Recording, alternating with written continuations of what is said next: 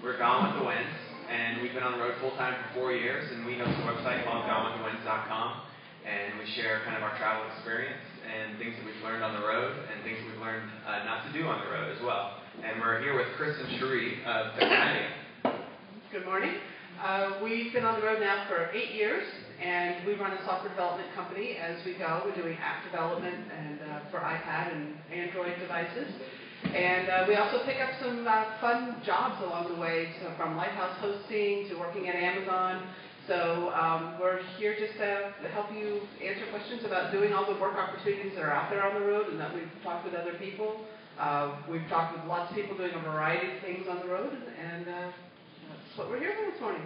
Yeah, we've actually got an interview series with, I think we're coming up on 30 different couples or families that are living and working on the road. That's called the Ramblings videos. And they all share what their experience has been. So there's a lot of, not just our perspectives, but we've talked to a lot of people. You can check those videos out, or now we've got an opportunity to have a lot of questions answered and asked and talked about. And this is, well, first off, for those who just walked in, this is going to be streaming this session live online to Ustream. So there's, I think, 28 people who are already watching this live. This will be archived on YouTube later. And we're kind of making this up as we go because this was a last-minute addition. As Jason said, this was just number 1 on the schedule, and there was actually nothing planned here, so we're helping them out. All right, well, it's on your website first. You guys Yep. All right. If you want to switch over to the jobs one. So there's a wide variety of things that you can do on the road. So the most popular one that you hear about is work camping. And that's typically, a lot of people associate that with going to a campground and volunteering at the campground in exchange for a site. So you may be helping at the registration desk, helping with some lawn maintenance, cleaning up around the campground. It might include cleaning bathrooms. That's one that some people just refuse to do if that's part of the requirement. But typically you're working anywhere between 15 hours to maybe 20, 25 hours per person in exchange for your site. And that's a great way to save money on the site. You're getting your utilities paid for. You're not working so many hours that you don't have time to still get out, explore the area, maybe visit family or friends who might be in the area. And a lot of people do that to supplement maybe retirement income, or if they have maybe running a business or they've got other income sources, it's a great way for them to supplement that and make those dollars stretch a lot further on the road. There are some paid positions. Some campgrounds, they might require a 40-hour work week or 30-hour work week, and they might pay like maybe the first 15 hours to go towards your site, and then maybe they pay minimum wage for the rest of the hours that you work. So you can make a little bit of cash doing that as well. There's a great resource called coolworks.com and I think cooljobs.com. Both of them are really cool resources if you want to travel and make a little bit of money and actually get free camping and be in wonderful destinations. We've seen people in Alaska. We've met people in Yosemite, Yellowstone, pretty much anywhere. There's also Xanterra, Xanterra. And we talked to some people who were in the corporate world and they had very high-paying jobs. And when they retired, they wanted to visit the national parks. So they decided to join Xanterra. And Xanterra owns one of the concessionaires. Concessionaires, yeah. So they would work at the national parks. So they would work at the national parks, and they would get paid a decent amount of money, but they also had benefits. And one of the couples said their favorite job of all was cleaning the toilets because they were number pushers in their old world and bean counters, and they had these very stressful jobs. And they said nothing was better than just going into a bathroom and just cleaning a toilet and that being it. It sounded like a lot of fun. Well, and I'm sorry. What were the 2 websites? One is cooljobs.com or coolworks.com, and then there's Xanterra. Yeah, with an X. Thank you. And the one thing about the couple that really also enjoyed cleaning, being the custodians, was the fact that, in a corporate world, you're very much expected to produce all the time. Go, go, go, go, go. Well, when they got there, they said management approached them and said, look, guys, we have a real problem we need to talk about, and you're actually working too fast. You can't clean that quickly. You're only allowed so many, you've only got 6 hours in a day. There's only so many bathrooms here to clean. You're going to have to slow it down. Wait for everything to dry before you leave. While the floors are drying, read a book for 15 minutes. Take it easy. You got to stop going so hard. So They really don't work you to the bone. It is, most of the time, everybody we've talked to has really enjoyed their jobs, and it's a very relaxed environment. Everybody's on vacation. They kind of almost feel as if it's volunteer work. So whether you work in a, in the visitor center or whether you're the custodian reading books while your toilets and your floors dry, it doesn't have to be difficult work. It can be very enjoyable and you can meet a lot of really neat people.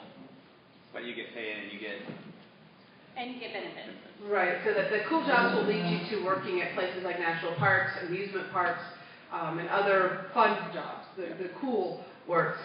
The other resource is Work Camper News, and that's work camping, except for it's a K is the connecting point between work and camping. And they have a resource. It is a membership site that you join, and they're highly regarded.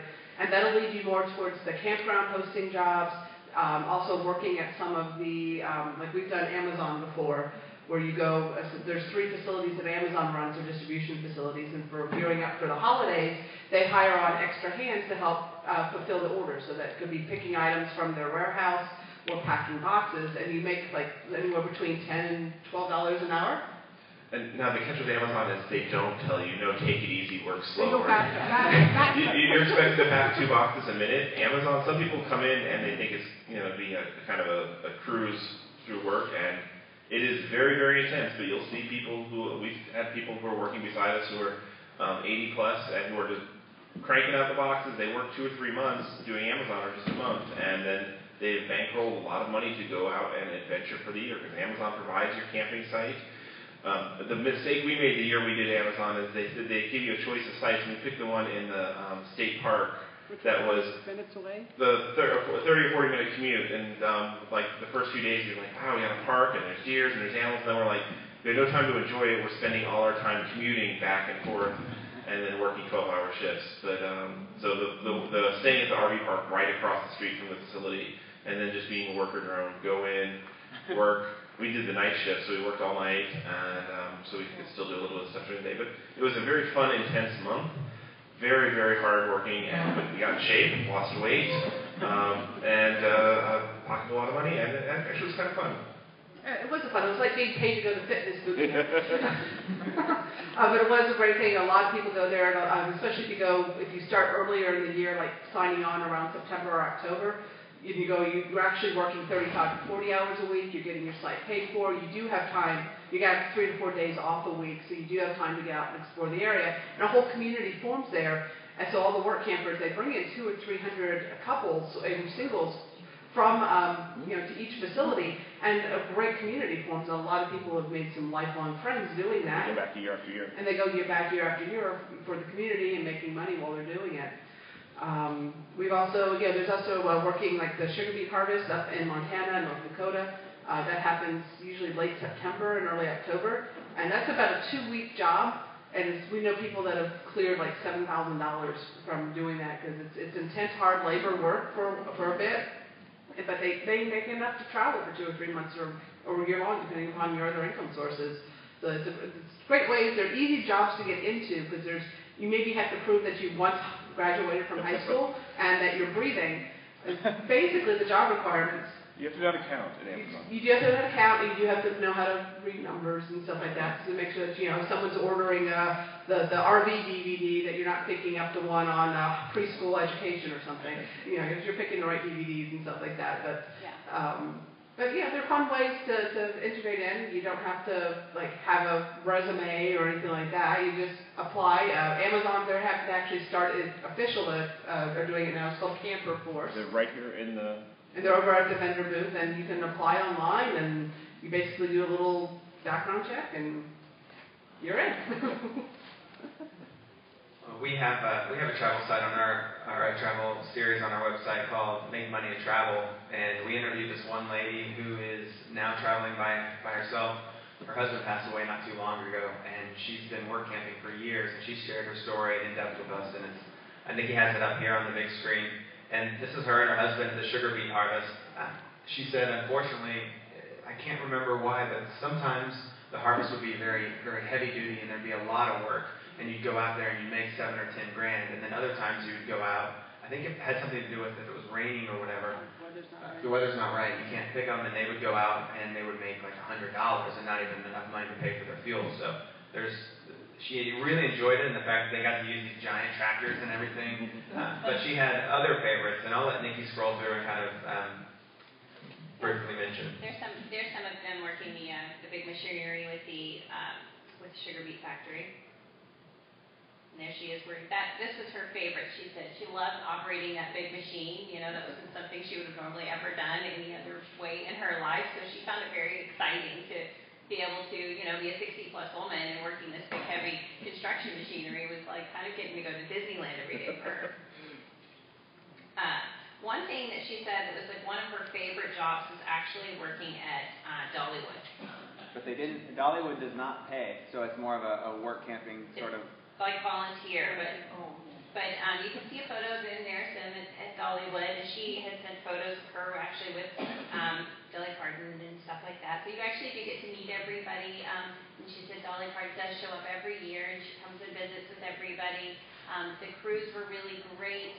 It wasn't really crazy hours, and everybody was in they were treated very well. And that was the biggest thing. It's all about your experiences, right? And how you're treated and how people treat you. And she said they were just treated so well there, and she really enjoyed being there. So that was one of her favorite jobs. And she's actually working with Xanterra now, the one that I mentioned earlier. She's working with Xanterra at Mount Rushmore, and she goes back every year in the visitor center, I believe. So she always welcomes guests, and if you say, "Hey, I know the Wynn," and she welcomes you with a hug. She's a very nice lady. And then there's also opportunities for, last September, we volunteered with the Oregon State Park System at a lighthouse. So we got to live in the state park at Cape Blanco Lighthouse. It's the southernmost lighthouse in Oregon and the oldest operating one. And our job, in exchange for our beautiful site on the coast on the ocean, was we had to stand inside a 100-plus-year-old lighthouse and give tours of it to people coming through. And it was the Odyssey was kind of, Whales and cliffs, and it was kind of, it's not as great as like a cubicle or anything, but it was awesome. In fact, we liked it so much, we're going back this fall, and we're going to do 2 months. But working with some of the state park systems, you can, the Fish and Wildlife Services, they're always looking for volunteers. Sometimes it's just staying on site and having a presence there so that, vandals don't come through. Sometimes it's doing a little lawn maintenance. Sometimes it might be greeting other campers in and getting them to their sites.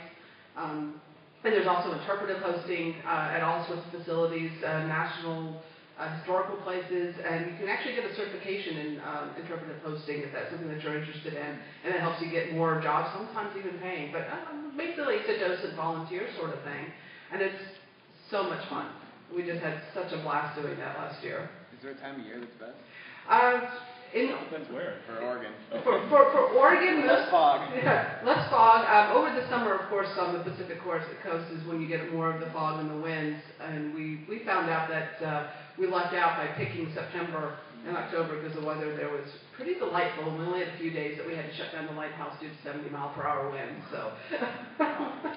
But it just gets you out in a beautiful location. We have hiking trails, there's historical places to go visit, farmers markets, and shopping to do nearby. But yet you're just in this beautiful location, and you're greeting people. They're coming out to this lighthouse. It's like a bucket list item for a lot of people to visit all the lighthouses. And you're greeting people like had gotten married there 20 years prior, and they're coming back to celebrate their anniversary. And you're just being a special part of people's lives, and you can't help but smile and just feel invigorated from that. One of the things that we really liked about the Oregon State Park system was that they have monthly commitments. So you sign up to host for just a month at a time, and we love that. There's a lot of the places like Xanterra, a lot of the other volunteer opportunities, or a lot of work camping opportunities. Yeah, going to Dollywood, they expect you to work a season, which might be 4, 5, or 6 months long. And that's, we want to travel. We want to have some variety. We love to do a variety of jobs, and we're not necessarily interested in signing up for the 4 or 5 months at a time. But we know other people that's exactly what they're looking for. They want to have kind of a home base for one season. They really get to know an area. They really get to know everything. When you're work camping or a volunteer in an area, a lot of the local attractions will give you discounts or just invite you in because you're there to show the tourists around and stuff like that. So you might be able to see everything and get to know everything from the deeper, but it's harder to find the 1 month jobs. That's what we really like, the Oregon State Park system. Do you get any benefits at all? We got the site, we got a jacket, we got a hat, and we got a water bottle. And we have a name tag too with our names on it. So these sorts of jobs, the work camping and the volunteer, they're going to be great. You're not going to make a living off of these things unless you have other income sources, whether it's retirement, Social Security, or you're running a business, or you have other income sources somewhere. None of these are going to fully fund your travels unless you're really, really frugal. Or you're able. We do know Becky Shea. She has a website called Interstellar Orchard. She's hit the road as a solo female at the age of, I think she was 27. And she's been on the road now for 3 years. And she pretty much strings together, working at Amazon, working at national parks through CoolWorks and Xanterra. She just strings together like 2 to 3 month jobs around the country. And she's living very frugally. She's, got her budget down. She evaluates every single job based on, okay, it's going to cost me $300 more to drive to get to this park. And this one offers a meal plan for $100 a week. And this one's going to charge me $2 a day for my campsite. And she just weighs them. And she documents. She shares all that. She shares this all on her blog. She's amazing that she does this. And she just shows, okay, well, if I take this job, it may be paying less per hour, but I'm going to actually be making $400 more for the season that I can bank, and I can use that to fund maybe a month of travel in between going to my next gig. And it can be done. But what a lot of us non-retired folks are doing is we also have other income sources that we intermix in. You want to talk about what you guys do? For us, the way we make money is one of the biggest questions, and that's why we started the whole series. Actually, the first interview that we did on the series was an interview of ourselves, which was kind of fun to share. It is really complicated because we try to have multiple streams of revenue coming in, and we realize that shooting videos alone and posting them on YouTube is not going to pay the bills. There's a little ad that pops up and we get paid pennies. And then on our website, there's one little ad and we get paid pennies. And then we have Amazon links that if somebody buys something from Amazon and they use our link, then we get paid a few pennies. All those pennies add up, and it pays for all of our fuel, which we're very thankful for. But we've also decided that we can work with small companies along the road, and we pitch them ideas of shooting photography or shooting video or helping them grow their business in some sort of way. So we kind of we have this whole business side that you don't see on a different site, and then we have kind of our fun side that we share everything that helps pay for our fuel.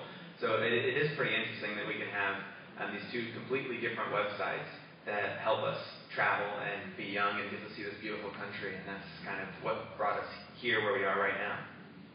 Do you want to say anything about that? Fun? Yeah, it's all life. There are traveling nurse? Yeah, I wanted to just kind of go over a few people that we've encountered on the road that we thought had really interesting lives and did really interesting things on the road. One of them is a guy who contacted us. His name is Eric. He's traveling nurse Eric, and he talks all about how he's actually a registered nurse, but he goes from job to job, so it's usually a 13-week commitment. And the thing that I loved that he said is I am perpetually happy at my job all the time.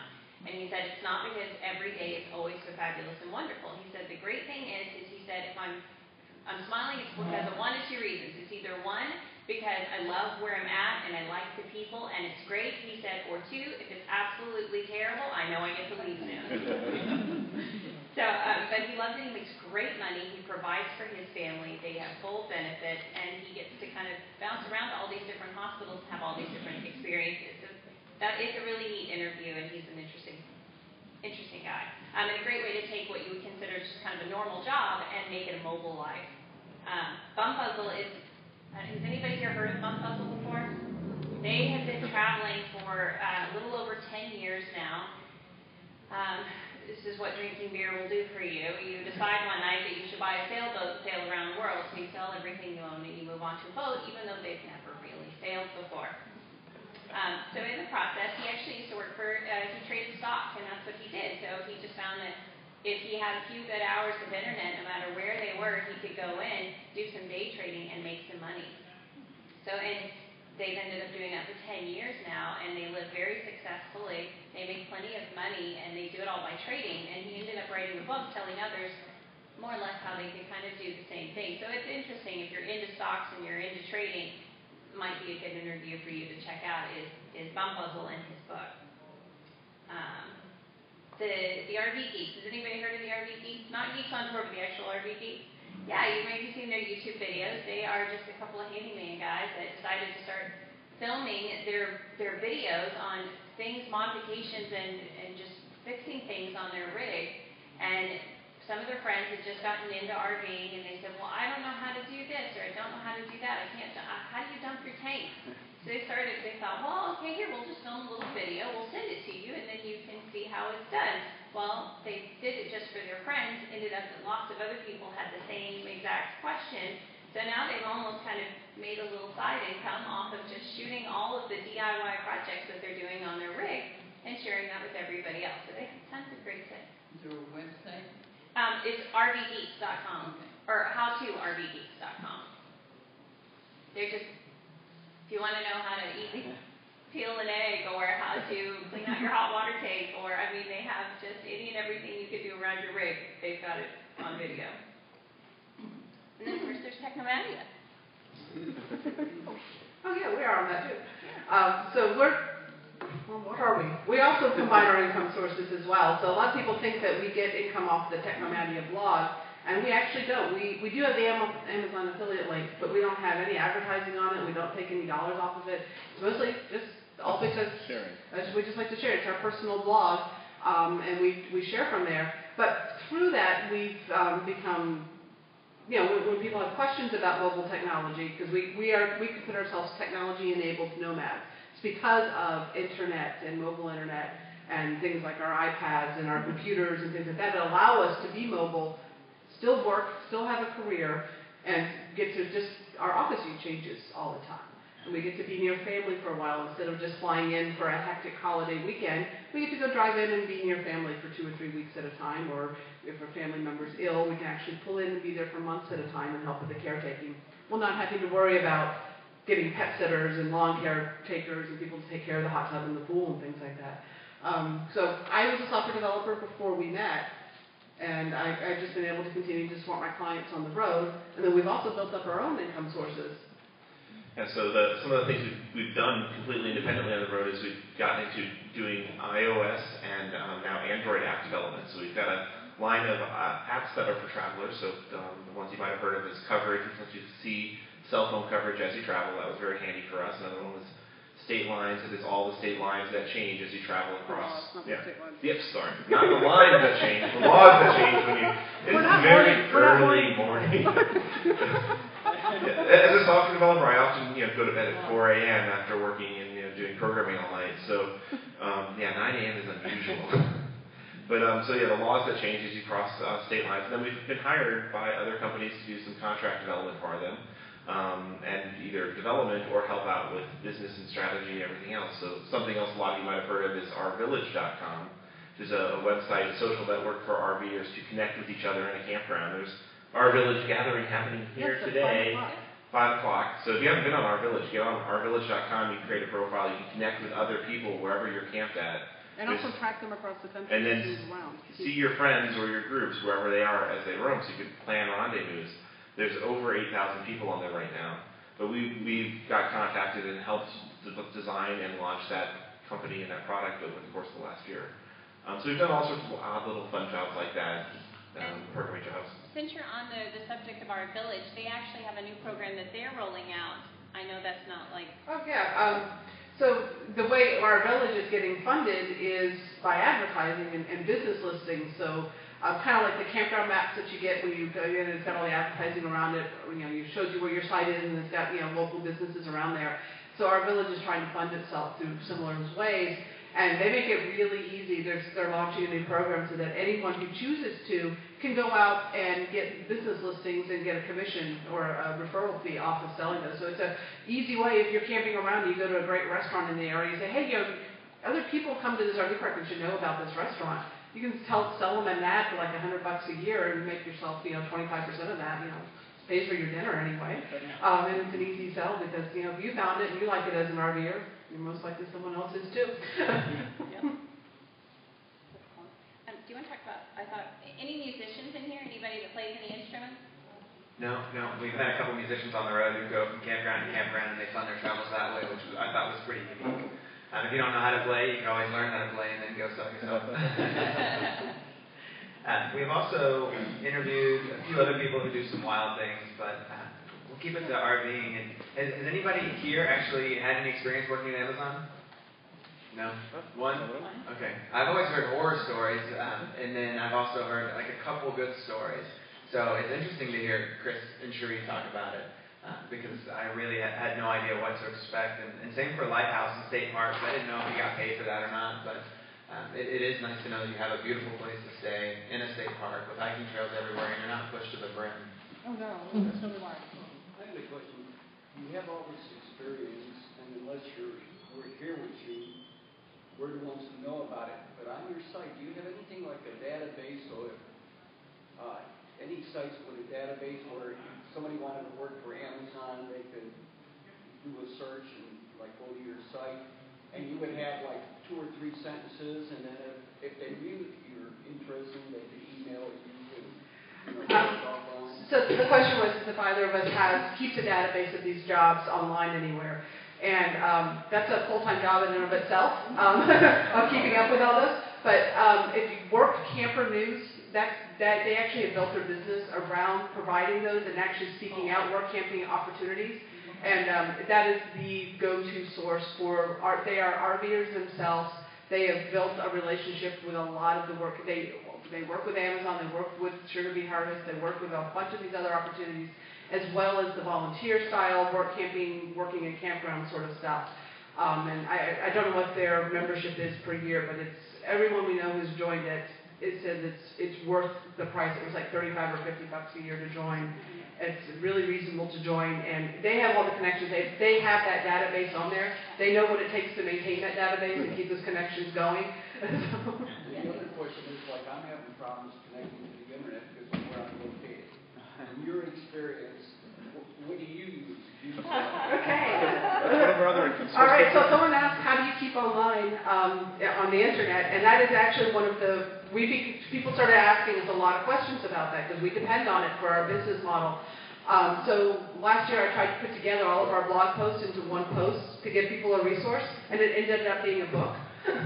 So one of our income sources is we wrote a book called the Mobile Internet Handbook, and we are right now rewriting it for 2014 because a whole bunch of things changed this year with the FCC regulations for boosters, and this stuff is always changing to stay on top of it. So we're rewriting the book right now. But what we use is we use a Verizon hotspot that we get through a bulk reseller called Millennicom.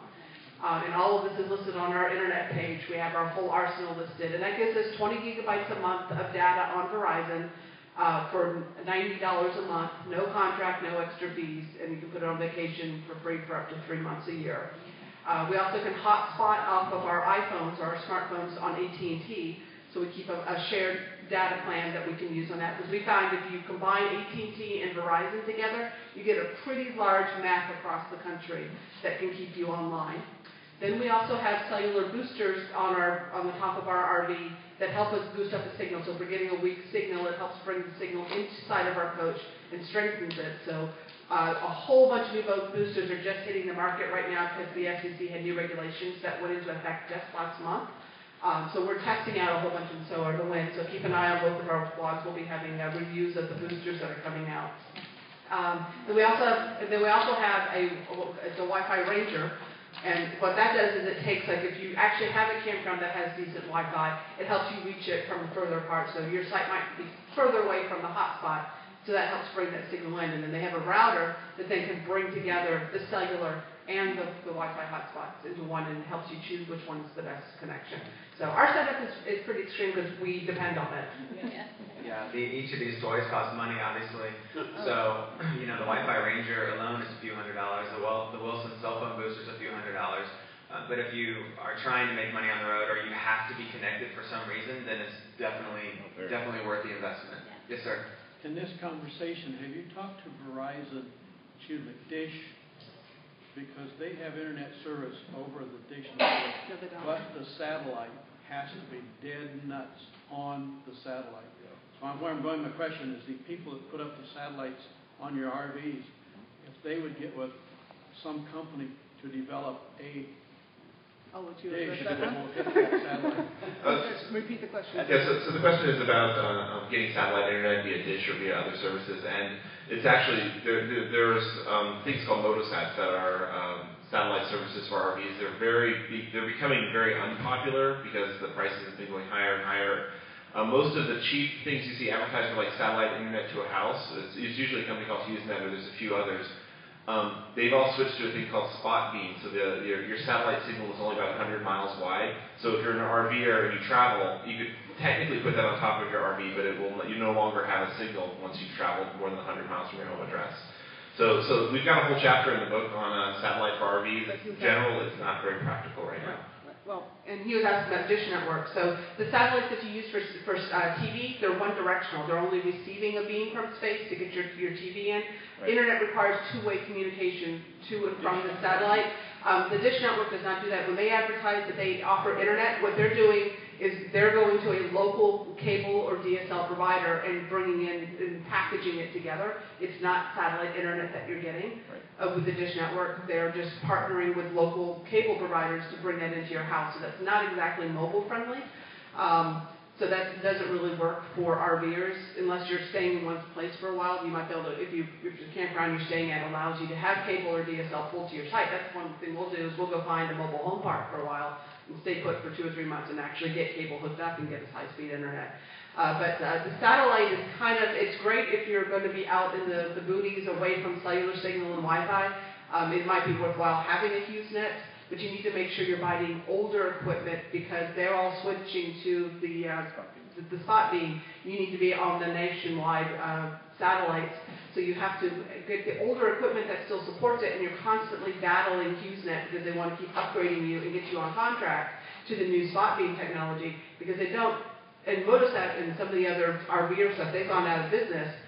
So they're no longer being that middleman between the RVer and HughesNet to help make that process easier. So it's become more cumbersome to actually get that service and keep it connected. So it's satellites, and it's very latent, it's very slow, and you also have bandwidth caps. You can only use like 250 to 300 megabytes per day on the plan, and then you get fact, so it slows down your speed, but you can use it unlimited overnight. So there are some benefits, and you can get it anywhere, but it's very slow, we don't usually encourage it unless you're absolutely going to be out in the middle of nowhere a lot. That's really the only time it's beneficial. That's why we use the Wi-Fi boosters or the Wi-Fi as internet. Yeah. Any other questions out there about working on the road or volunteering? Anything? Yes, sir. Well, what's your home base for taxes?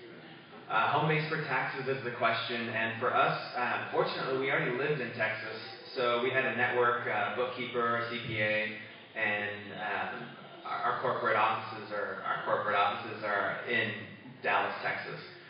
So for us, it was very easy. These guys actually had to choose a domicile, so I'll let them talk to you about that. So yeah. Well, yeah, we started in South Dakota. I was in California when I hit the road, which is a very bad state to be from. If you have no connection. So once I no longer had a home address, I went with the mail forwarding service in South Dakota.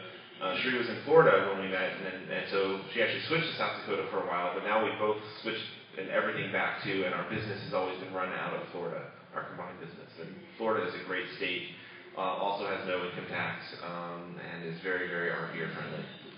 Right, so the 3 top ones that people choose tend to be South Dakota, Texas, and Florida, because all of them are no income tax states. No income states. No income states. No income taxes. They have policies that are RVer friendly, so they don't require you to own property in the state. You don't have to return there so often that it's inconvenient, like for jury duty. Usually they have lenient policies. If you get called for jury duty, you just have to call them up and say, hey, I'm a traveler. I won't actually be back in the state for 5 years. Can you schedule me again then? They have policies like you can register your vehicle remotely, so if you end up buying a new car on the road, you can register your vehicle remotely. You'll have to return to the state like every 10 to 15 years to renew your driver's license. Those sorts of things that make it more convenient.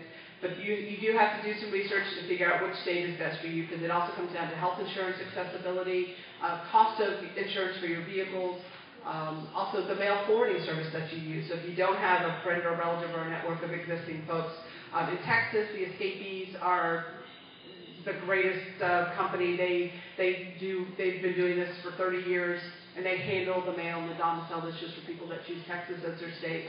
They are branching out into Florida now. You can actually use them in Florida now. They own a RV park there that you can now use as your legal address. We use St. Brendan's Isle in Florida. They actually scan our mail as it comes in so we can read it online. So we don't necessarily have to wait 2 or 3 months until we actually know where we're going to be far enough in advance to have it forward to us. So we actually get an email that says you've got mail, which is kind of cool. And I'm seeing my AOL days. And then I just go online and look at it. They scan the envelope as it comes in, and we click it and say, oh, that's something important. Oh, it's from the IRS. I better scan that, and they'll have it up by the next day for us to look at. So it saves us a lot of time and money and frustration of trying to have mail forward catch up with us. I saw another question. And how far out do you plan your destinations, volunteer working? I've always wondered. We don't know where we're going to be tomorrow. Well, as far as our jobs go, we reach out probably a month in advance or so. If we're going to be working with a town or such of a company or whatever, we'll work maybe 3 months in advance. But as far as work camping goes, we like to route by what we call serendipity. We like to let things just happen. So we try not to put too many stakes in our calendar throughout the year. So the lighthouse thing, it's really, really rare for us to commit that far in advance for that long of a time period. 2 months for us being still is kind of crazy for us. But we liked it so much. So for our stuff, we just kind of show up a lot of places. So when we hosted last year, we signed up in early June to host in July. And on our way across country, our engine broke down, and we ended up spending our summer in Billings, Montana, having our engine rebuilt. And so we had to cancel our July commitment, and we didn't get back on the road until early August, and we're starting to head west, and we just contacted the ranger at our state park and said, hey, we're back on the road. He says, well, it just happens I have a spot that just opened up. You want it for September? And we're like, perfect. So that's how we do things. We feel that the things that we're meant to do will make themselves easy for us to do when it's time to come. And even if you pre-schedule out, if someone's like pre-schedules a job out 6 months in advance, people always have things that come up. Engines break down, family gets sick, things happen, and there's always last-minute opportunities. Any other questions out there? I was just going to add, Nevada is no income tax. It is no income tax, no state taxes, but there are some other complications in Nevada that don't make it as RVer friendly. Oh, is there really? A lot of people, there are other states that are no income tax, like Oregon is one. Or no, they are income tax but no sales tax. A lot of people like to go there to buy their RV, but you have to actually live in the state for 30 days before, or 60 days. Or you have to actually live there for a while. In Nevada, I think you have to own property, or there's no mail forwarding services there. It's a whole group of different reasons that come together that make it easy for some states, easier for some states or easier than others. Well, is there something out there where new people could look at each state? Yeah, so on our website, on Technomadia.com, we have a whole series called No Excuses, Go Nomadic.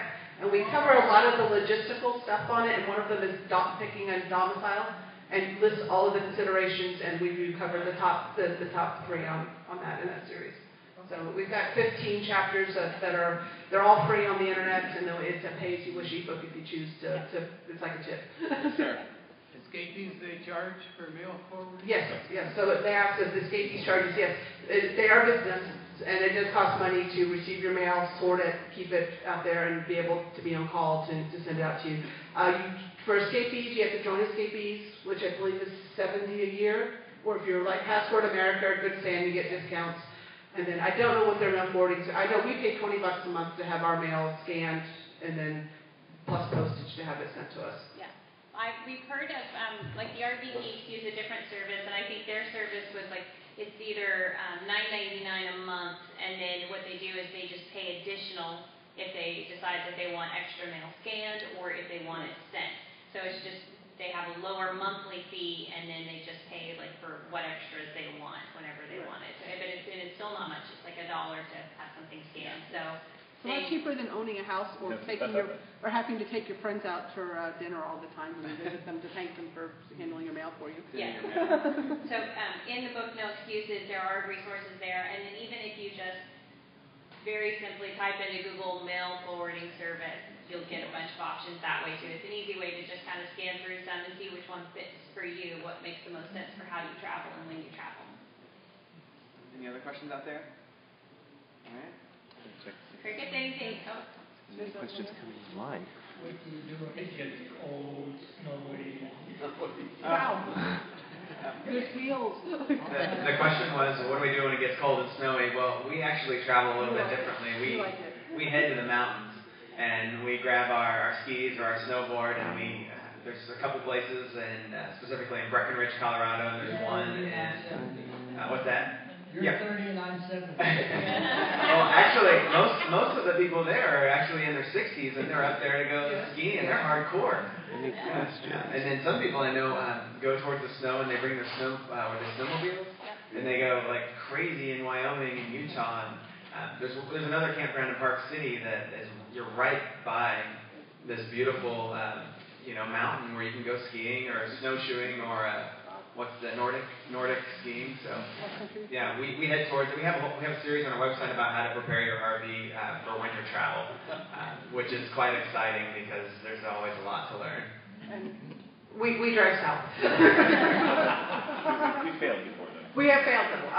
It's trying to follow the weather, especially as weather patterns are always changing. You can get caught off guard. You do need to be prepared to know what winterization is, so you're not getting caught off guard.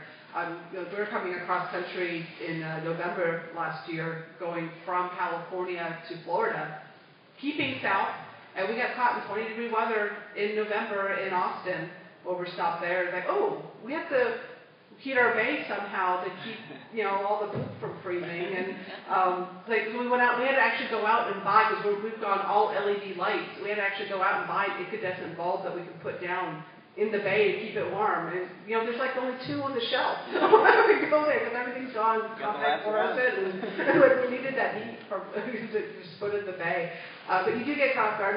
When we did Amazon, we worked in Kansas, and at this time we were traveling in a small travel trailer. And it got down to 8 degrees, I think, overnight there. So, it's like we're working the night shift, and we get home to our trailer, and it's like it was barely above 30 degrees inside by running the furnace as little as we could while we were gone. So it can get crazy. And we've also been caught in summer weather down in Yuma.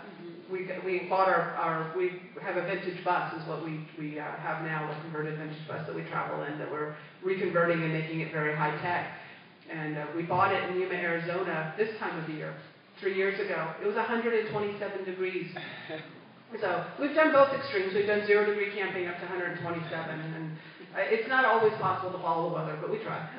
And FYI, if you're in that 127-degree weather, don't bring wine with you. All your corks will pop. Yeah. Right out, we lost a whole case of wine one day, and that was a terrible tragedy. Alcohol abuse. Terrible alcohol abuse.